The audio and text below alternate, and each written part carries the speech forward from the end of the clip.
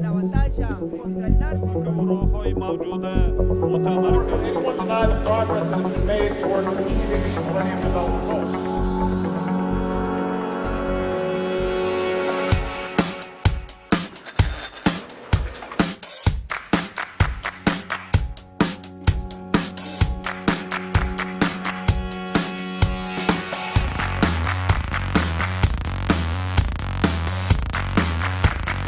How are you?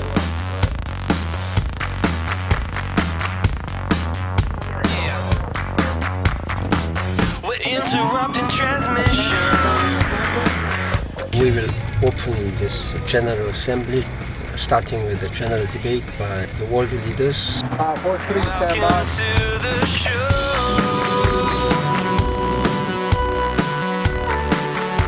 We're all set to go. So come on.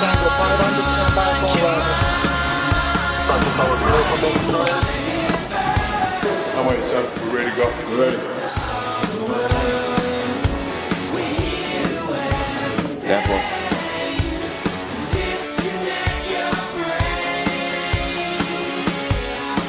Hey, boys and girls.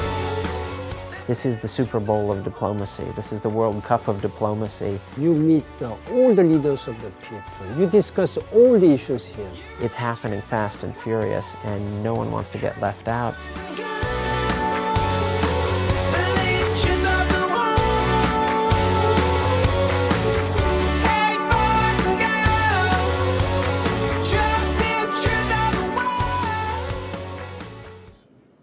Monsieur le Président, Mesdames et Messieurs, les chefs d'État, as we gather today in solidarity, Those are only two changes. Yeah. Every GA speech is a punctuation point. The writing process usually takes 3 or 4 days. In this case, we probably worked for 2 straight weeks. So on Thursday morning at 9 o'clock, when the Secretary General steps before the cameras of the world, it will be showtime.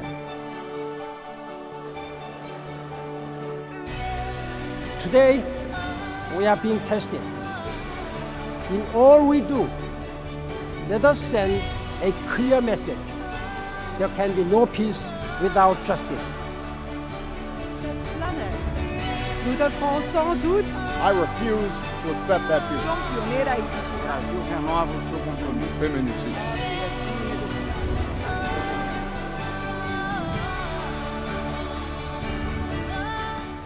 I have had during the last 10 days 192 events, including 120 bilateral meetings with the head of state, head of governments, and foreign ministers. If you took a normal event planner from the outside world and dropped them into the middle of GA week, they would go insane within 10 minutes.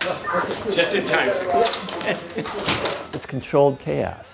I chaired the high-level meeting on Pakistan, high-level meeting on Sudan and Somalia. So a huge amount of work gets done, but also the opportunity for everyone to have a voice. You know, talking about the issues that they care about. Climate change and poverty issues, global health issues. So much business gets conducted because it is in a hothouse. It's in a crucible. So you can take what happened 2 meetings ago, which was only 20 minutes ago, and say, well, Prime Minister X told me this. What do you think, Mr. President? So it's a very exciting time. But on the other hand, it means a lot of preparation. People work almost around the clock. Not just the things that you see in terms of the speeches that get delivered, but the stuff that goes on behind the scenes. You know, those who are working to translate documents, those who work just to make sure that people are in the right place, the security and everything else. And all of that leads to some really concrete outcomes. The Secretary General launched his global strategy on women's and children's health. We were able to mobilize $40 billion to reduce the mortality of women and the children who have been dying from preventable diseases.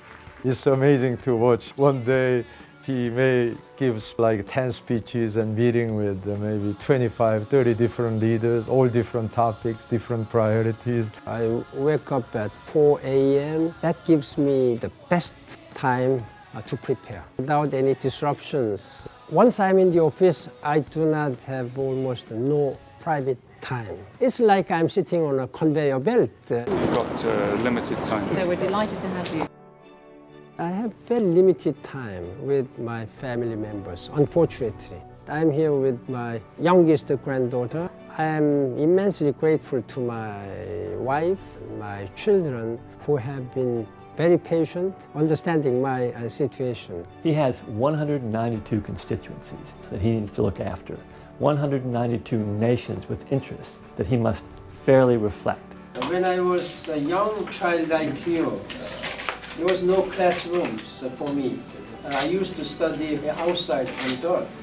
My background as a person who was born in a very poor country, whose country has risen as one of the 10th world economic power, then I can play a bridge role between developing and developed countries. I start every day, every morning, as if this is the first day in my office as Secretary General. He keeps pushing for the small progress that sooner or later he knows will lead to big progress, even breakthroughs. Thank you very much, Excellency. We have to show to the world UN not only talks but also delivers. Each time I have met those young people who seemingly wouldn't have any hope, but who really wanted to have a hope from me, then you cannot but be humble. How United Nations can do more for them.